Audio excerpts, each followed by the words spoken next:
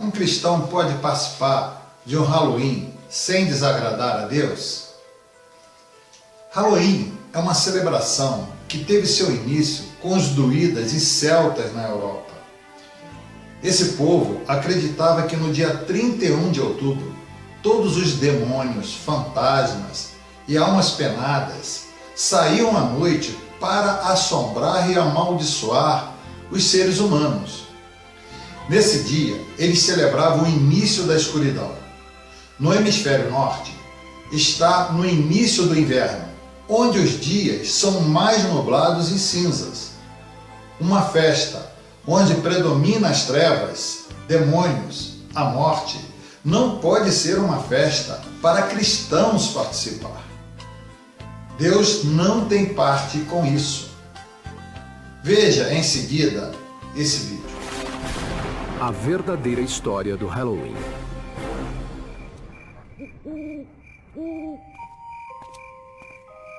Como descrever o Dia das Bruxas sem parecer maluco? A origem dessa data vem do calendário celta, quando as antigas tribos celtas dividiram o ano entre metade luz e metade trevas. E um feriado deles, o Samhain, foi o precursor do Halloween, e marcava o início da metade das trevas.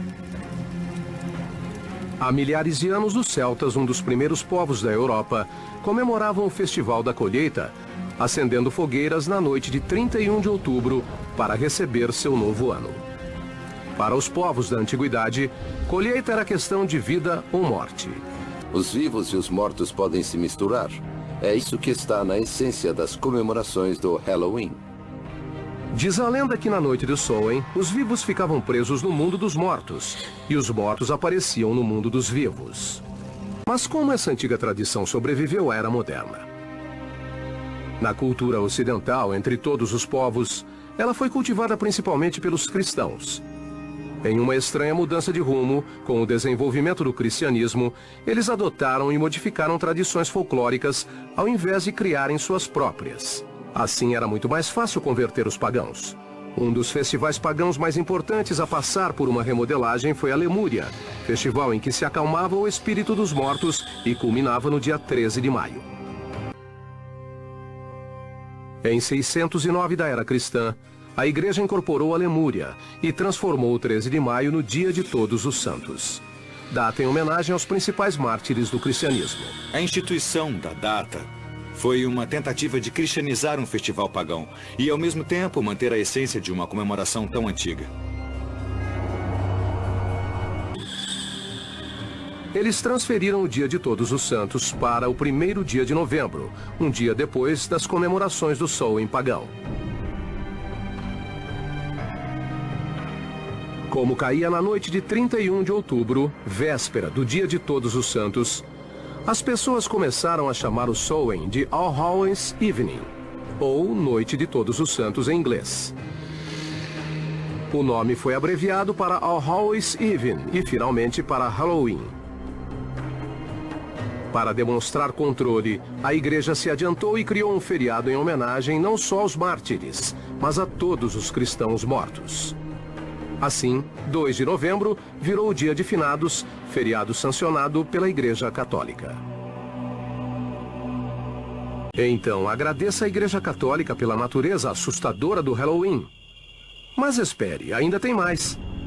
A Igreja também ajudou a estabelecer a tradição do doce ou travessura. Tudo começou em um dia de finados na Idade Média, quando padres pediram aos fiéis que rezassem pelas almas presas em um mundo intermediário que eles chamaram de purgatório. Mas como tirar as almas do purgatório? De acordo com a Igreja Católica, se os fiéis rezassem o bastante, poderiam mandar uma alma para o céu.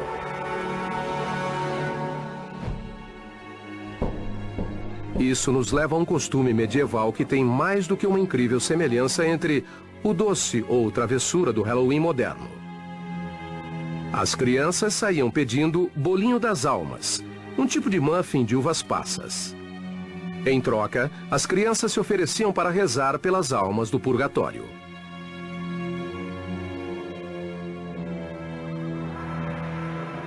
Tal precursor do doce ou travessura se tornou uma obsessão para os cristãos da era medieval, bem como outra característica essencial do Halloween: as bruxas.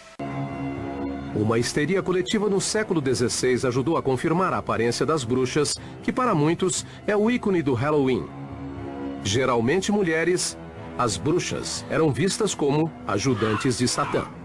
Elas eram algo como curandeiras, e as lendas foram passando oralmente ao longo das gerações. Até que, em algum momento, isso começou a levantar suspeitas entre os religiosos com quem conviviam. Muitos dos símbolos associados a essas mulheres, que geralmente viviam sozinhas e deviam ser meio excêntricas, se tornaram símbolos associados à bruxaria. Gatos pretos e bruxas, tumbas e fantasmas. Os elementos do maior e mais assustador festival dos Estados Unidos começavam a tomar forma. Tais ícones logo ganhariam o resto do mundo e ajudaram a criar a mística que conhecemos até hoje. É um feriado dedicado à morte. Seja a ameaça da morte em caso de uma colheita ruim, seja o final de uma tarefa e o começo de outra. Essa ideia de ciclo infinito de vida, morte e renovação faz parte de muitas datas comemorativas e não só do Halloween. As fronteiras entre os vivos e os mortos, e entre as regras sociais e a anarquia, ficavam estreitas na noite do Halloween. A lanterna de abóbora, marca registrada do Halloween, também começou como uma tradição europeia. Mas a primeira versão não foi esculpida em uma abóbora.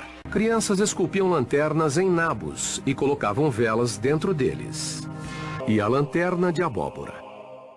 A boca escancarada é uma alusão à face da morte, bem como o buraco triangular do nariz. Mesmo quando a expressão é de alegria, ainda há uma conotação da morte na imagem.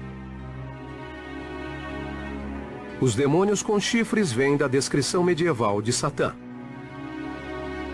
E as bruxas, da histeria da caça a feiticeiras que assolou a Europa e a América puritana. Não podemos agradar a Satanás e a Deus. Ou agradamos um e aborrecemos o outro. Não podemos agradar aos dois ao mesmo tempo. Se queremos agradar a Deus, devemos deixar as coisas que não são de Deus de lado e buscar uma vida sempre olhando em direção a Deus. A Bíblia, a palavra de Deus, é que nos dá a direção de como agradar a Ele. O maior de todos os mandamentos é amar a Deus sobre todas as coisas, inclusive sobre a você mesmo, sobre a nós mesmos. Devemos colocar Deus como prioridade na nossa vida, se realmente queremos agradá-lo. Deus te abençoe.